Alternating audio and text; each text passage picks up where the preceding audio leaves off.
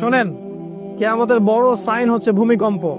বেশি বেশি ভূমিকম্প হতে থাকবে সামনে, এবং বড় বড় তিনটা, একটা পূর্বে, একটা পশ্চিমে, একটা মাঝখানে পৃথিবীর। কিন্তু ছোটখাটো অনেক ভূমিকম্প হবে। বাইনা ইয়াদে গেছে কিয়ামতের আগে আগে মুতায়াবুল শাদীদ, প্রচন্ড রকম মহামারী ছড়াবে বড় বড়। ওয়া বা'দাহু, এরপরে আসবে সানাওয়াতুজ জালাজিল, ভূমিকম্পের বছরগুলা। যদি এখনকার এই মহামারী সিজনটাই সেই মহামারী হয়ে থাকে, আমি শিওর না, যদি হয়ে থাকে আল্লাহ ভালো জানেন, তাহলে এর পরে নিঃসন্দেহে ভূমিকম্প আসছে।